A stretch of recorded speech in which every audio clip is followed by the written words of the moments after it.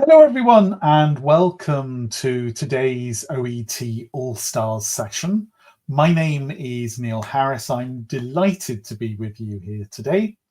And what are we looking at? Well, I've called the topic of today's session, How Can I Ace OET Reading Part B?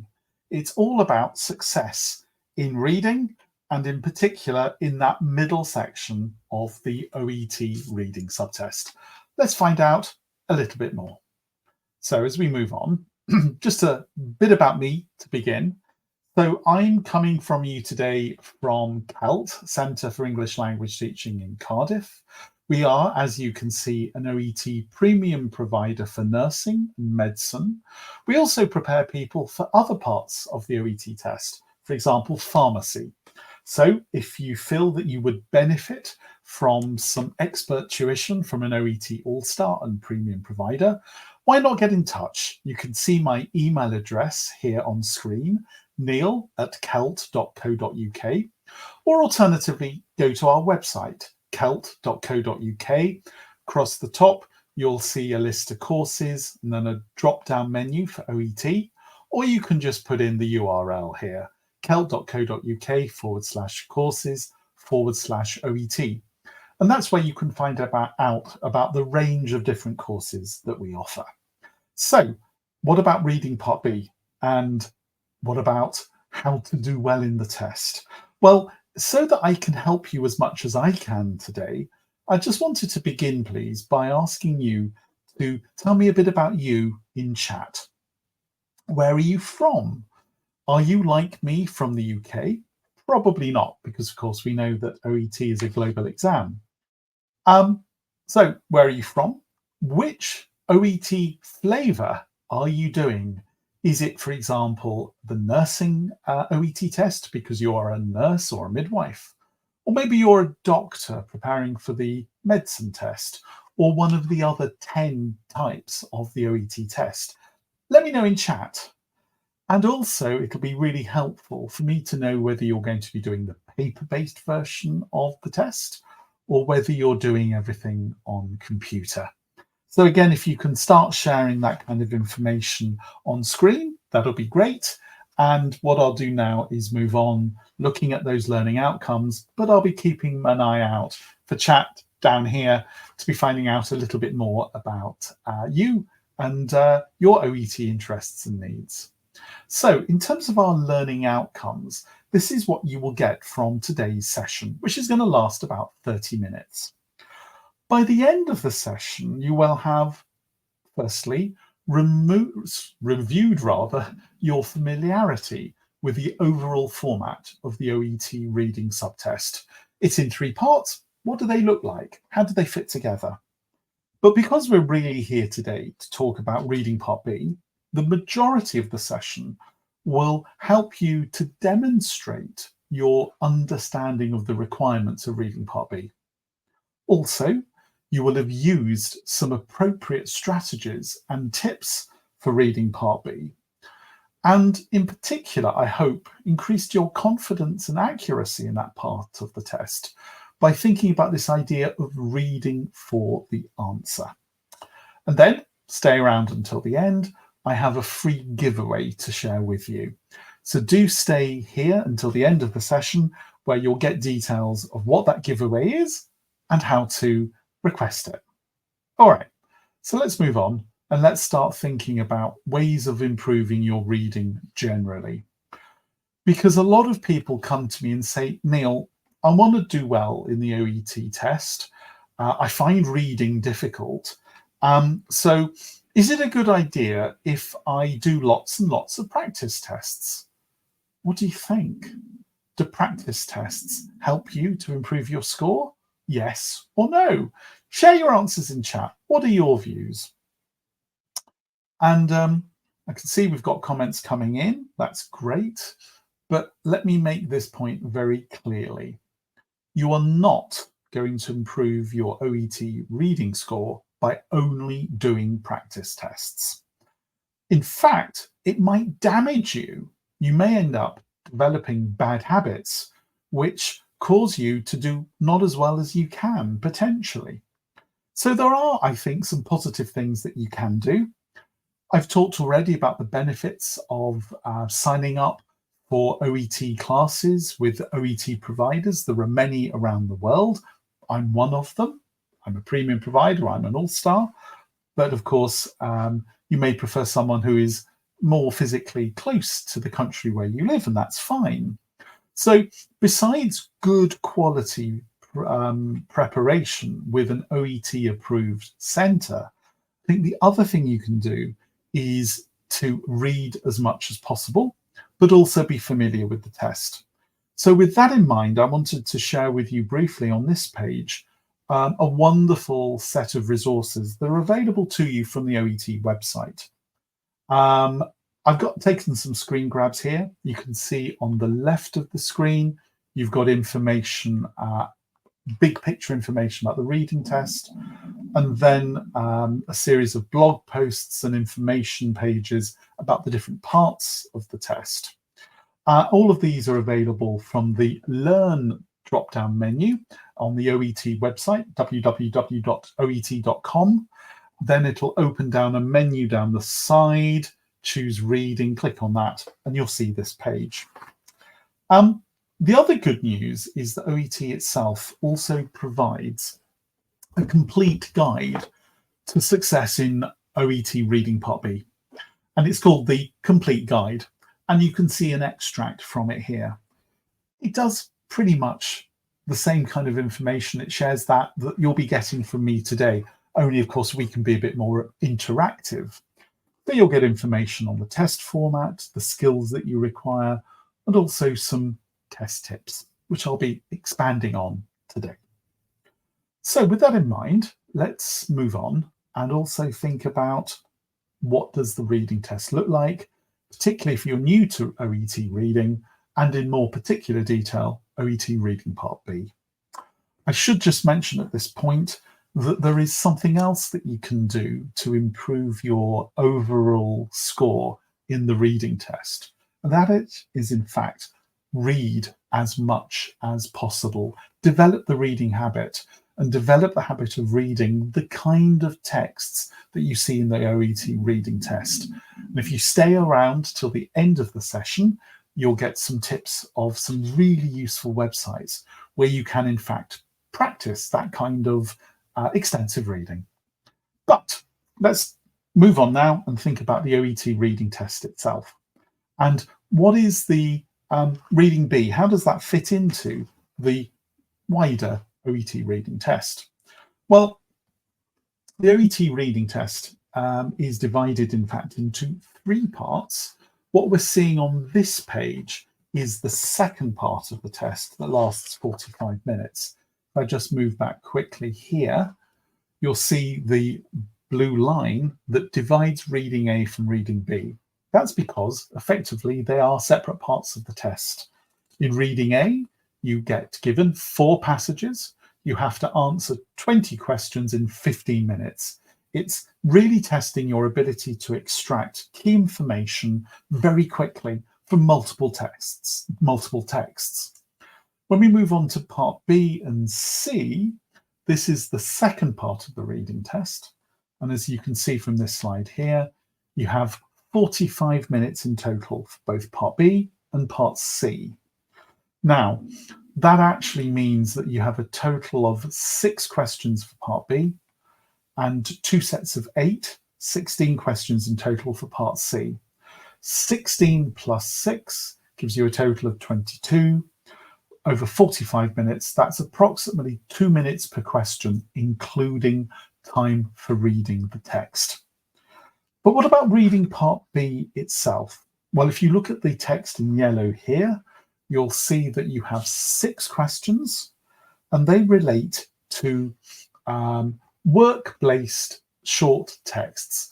And you're really wanting to understand the big picture of what these texts are about. And you do so by selecting one of 3 multiple option answers, A, B, or C, that answers the question that you're given. You'll see an example in a few minutes' time. Now, I've used this phrase big picture, and that's deliberate. And that comes from what you will see on the next slide.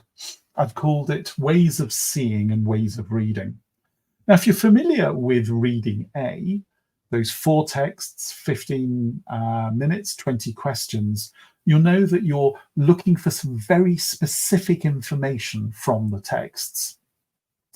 I kind of describe that as a bit like looking under the microscope for something very particular.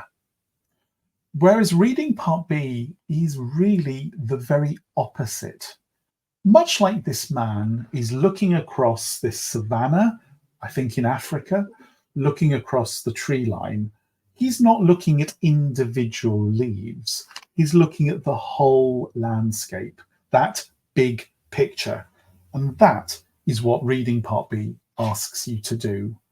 Whereas part A, you were looking at detail. Here, you're looking at a text at text level and answering questions like, what's the purpose of this text? Is it a warning? Is it giving advice? And so on.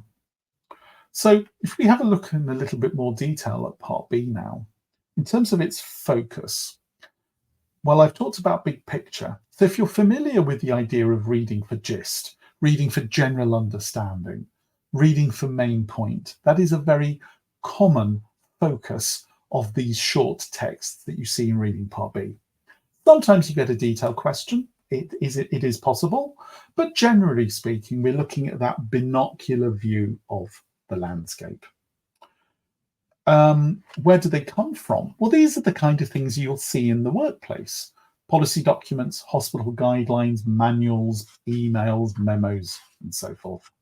So if you're already working in a workplace that is a healthcare working setting, and you are seeing these documents in English as part of your work, that's great because the reading test will help you to get better at understanding them. But the more you see them at work, the more familiar you will be when you come into the test. In terms of the format, there are 6 passages in total. They're about 100 to 150 words each.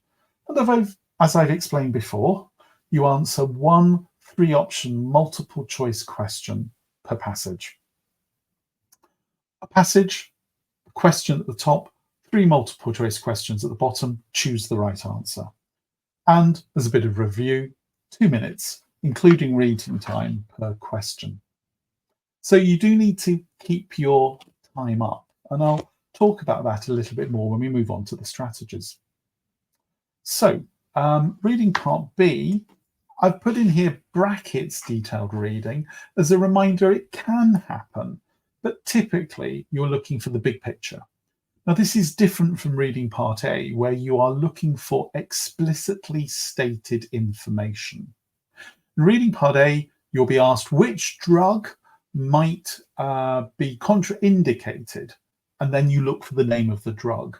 Here, you're really wanting to understand things like the purpose of a text generally, to warn, to advise, to suggest, and so on. And that's what we're going to be looking at today, how to do that. But as I always say, for success in OET, you need good vocabulary and you need good language skills. And this comes back to my point previously of doing practice tests on their own is not enough. Rather, you need to be focusing on developing your English language skills because they underpin success in any language exam, including OET. Okay, so with that in mind, let's move on to the second part of today's session, where we're going to be thinking about strategies. But before we do, let me just show you what a question looks like. So we've got at the top here, the question. The manual informs us that the blood pressure monitor, and then 3 options, and then we have to read the text to identify what's the answer. We choose the best option. Okay, so how do we do that? What strategies should we be using? Let me share that with you. So, bit of technical terminology here, STEM, options and text. And I'll use these as ways of getting you to identify the different parts of each OET Part B piece of paper. At the top, you've got the stem, or if you prefer, the question. Beneath it, A, B, and C are your options, and then at the bottom, the text. Now, something just to say about the options. If you're doing a paper-based version of the text, you lozenge which answer you think is the right one. Be careful to fill in the whole box. Don't put a cross, shade it in. In the computer-based version of the test, you click on the correct answer. Okay, so this kind of raises a question, doesn't it? In which order should you read these three parts, the stem, the options, and the text? Well, that's what we're going to come to look at next.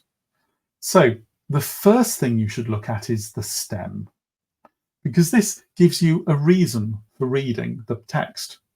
It tells you what you're looking for. And this is important for this idea of reading for the answer. So in this question, we want to find out, what does the blood pressure monitor manual inform us of? What do we learn? What information do we get about the blood pressure monitor? So the first thing we do is look at the stem. What do we look at next?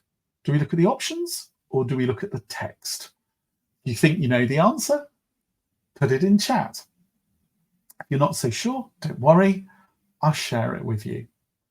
What you should look at very definitely next is the text.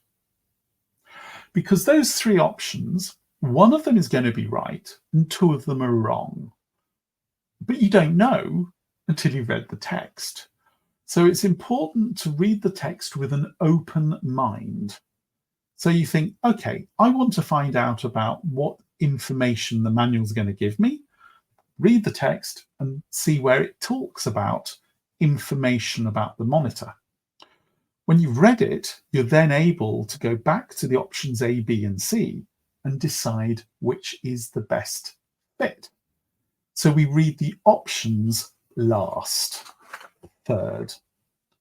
Or if it helps to kind of give you some kind of mnemonic for this, st for stem, t, text for text, and op for options, which together gives us the mnemonic of step stop. Stem, text, op, options. Stem, text, options. If you remember that, you're well in your way to success. Because a mistake that a lot of people make is that they read the options before the text and it confuses people. So don't do it. Stem at the top, text at the bottom, number 2, options in the middle, number 3. All right. So what about some strategies? Now we know the order of reading the different parts of the question. What should we be doing? I'm going to just pause for a few moments to give you time to read this 5 ideas, and then I'll talk a little bit more about some of them, but just 30 seconds or so to give you time to read what's on screen.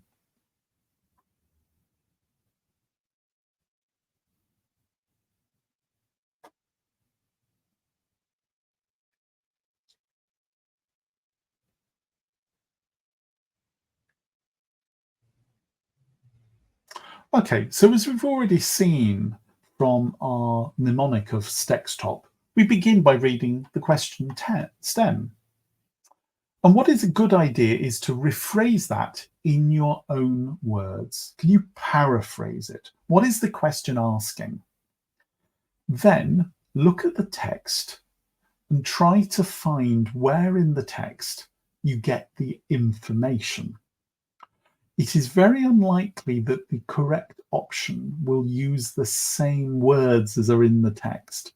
It will paraphrase the information in the text. So paraphrasing, this ability to put in our own words what we're reading, is really important in Part B and in Part C.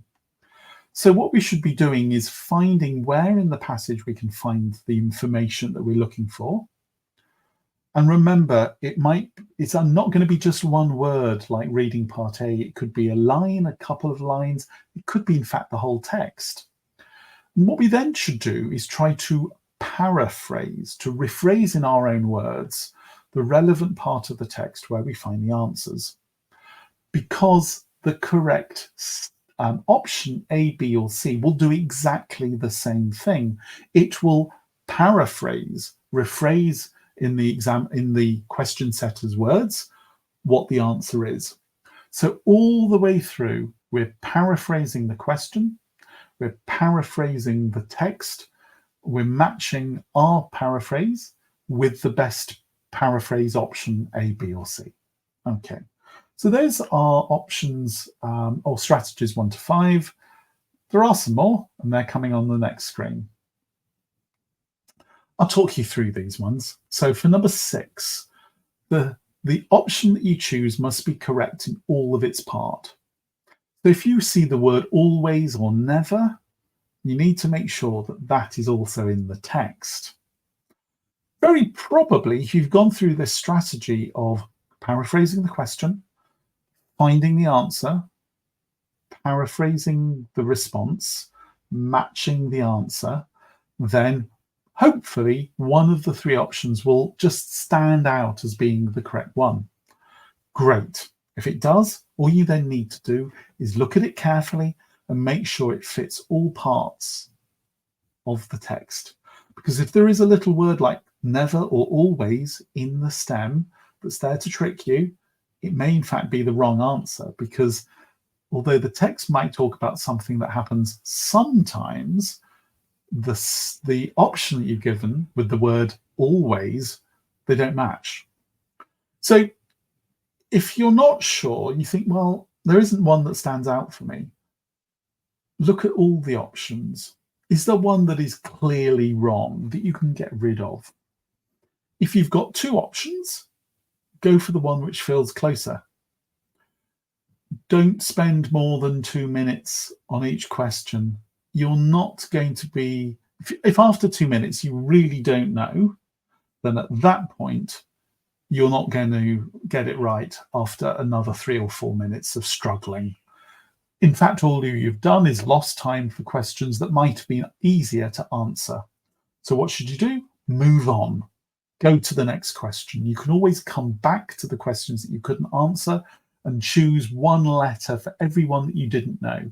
So if you want to have your favorite letter A for every unanswered question you don't know, give it an A in part B and part C. Okay, so here are all 10 strategies on screen for you again. You're very welcome if you're watching this as a live recording. You could take a photograph of this particular page. This live stream will be going onto the All Stars YouTube channel. So when you can see it uploaded there, what you can then do, of course, is fast forward to the screen, pause it, and take a photograph. Okay. But what I want to do now is move on to looking at some reading part B questions and exemplifying what I mean here by this reading for the answer. So here we have our first question. It's the one we've already seen, and it's the manual informs us that the blood pressure monitor ... So remember that stage that we go through. We read the stem first. Here it is. And what we now need to do is think about, well, what does that mean? Can we paraphrase it? And we might paraphrase it as something like this. What information is in the text about the blood pressure monitor? Remember, from the stem, we jump to the text. Here, the text is here. And we read through. And for me, in terms of this question, the important bit came towards the end, where we're getting information about the device and how it conforms to certain safety standards, and also a warning about taking care when using the monitor within 7 meters of a mobile phone or any other piece of equipment that generates strong electrical or electromagnetic fields. Now, you will have noticed here that I've instinctively paraphrased this. that the device is safe, but we should pay extra attention when we're using it close to mobile phones or other pieces of equipment which give out electrical or electromagnetic fields. So if we move on and now look at the option, it should stand out, I think, that option B may not work correctly in close proximity to some other devices is in fact our correct answer. It just stands out. Interfering with the operation of other medical equipment? No. Should be considered safe to use in all hospital environments? Like, not really there. But here, care should be taken to avoid the use within 7 meters. That's our close proximity. Other devices generating electrical or electromagnetic fields. So when I talk about reading for the answer, I'm looking in the text to find the information that answers the STEM. I paraphrase it, and then I see which option A, B, or C, in this case it's B, is closest to the actual option, the correct option. And I choose B, and I get the correct answer. Let's have another look. Okay, this time we're looking at a notice, and the notice is about nasogastric feeding tubes.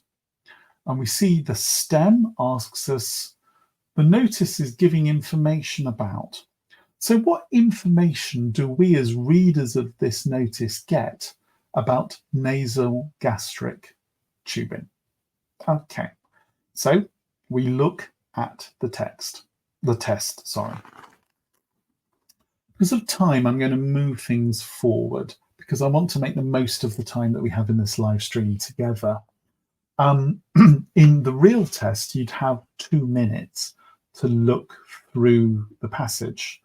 And you'll see that there is a warning regarding what happens if the feeding tubes are displaced, what can happen if this goes undetected, the importance of differentiation between gastric and respiratory placement. And then we start drilling down to the nasogastric tubes. And we can see from really the middle down, this is where we're going to be able to find our answer, because got the topic here and then information about the nasogastric tubes lower down. So if we highlight this section, what can we see? How can we paraphrase it? Insertion and care of a tube should therefore only be carried out by a registered doctor or nurse who's undergone theoretical and practical training. Not everyone can insert or care for a patient with a nasogastric tube in place. It needs to be done by someone who is a registered doctor or nurse. Then they need to have had both theoretical training, but also practical on-the-job training. So those are the people who can use them, but what about the people who mustn't? Assistant practitioners and other unregistered staff must never insert nasogastric tubes or be involved in the initial confirmation of safe tube positioning. So this text, more than half of it, is talking about which people can and which people cannot take responsibility for the insertion and the care of patients with these tubes. So if we now move on and have a look at the 3 options, we know, because we've read it, we've got doctors, nurses, assistant practitioners, and unregistered staff. This is all about the people. Which of the options talks about people? Well, it's C. It uses that word staff. Now, I've mentioned the danger of picking up on words that we see. Authorized. Have we got authorized in the passage? Have we got place correctly, correct placement in the passage? Well, we've got positioned and placed here. But because we've been able to paraphrase everything here about the people who can or who cannot insert these tubes, that's guiding us to C as being the correct answer. Now, this session is very much designed to be nothing more than a overview of what happens in an OET class that you might decide to pay for. So it wasn't possible, and it was never my intention to talk to you today through all of the questions, the 6 in Part B. But I hope I've given you a flavour of how to start addressing them for yourself. So I did tell you that if you stay to the end of the session, there would be a giveaway. And our giveaway to you today is in the space of really good sites that you can go to online to develop your medical English reading. So on the next slide, I'm going to share with you my email address, plus the address of the school where I work. What I encourage you to do is get in touch, firstly, so that you can receive this page, the recommended OET sites for reading. There's a list of medical English texts that you can access for free so you can develop your reading skills. You might, of course, also be interested in finding out a little bit more about what CELT can offer you. So do get in touch if you're struggling with any part of the test. It might be reading, listening, writing or speaking. We can help you with all of them. You can email me for more information, or you can go to the website, as I say, celt.co.uk, courses across the top, and then look at OET, or you can use this page here, and we'd be delighted to help you. I hope this overview of reading Part B and the example of 2 questions out of a possible 6 has given you a taste of what you need to be doing for your success. And on the note, can I wish you success in the OET exam that you'll be doing in the future. And for now, I'll stay around for a little bit longer. So if you have any questions, particularly as they relate to reading Part B, put them into chat now, and I'll do my very best to help you. Thank you very much indeed. Take good care. Bye-bye.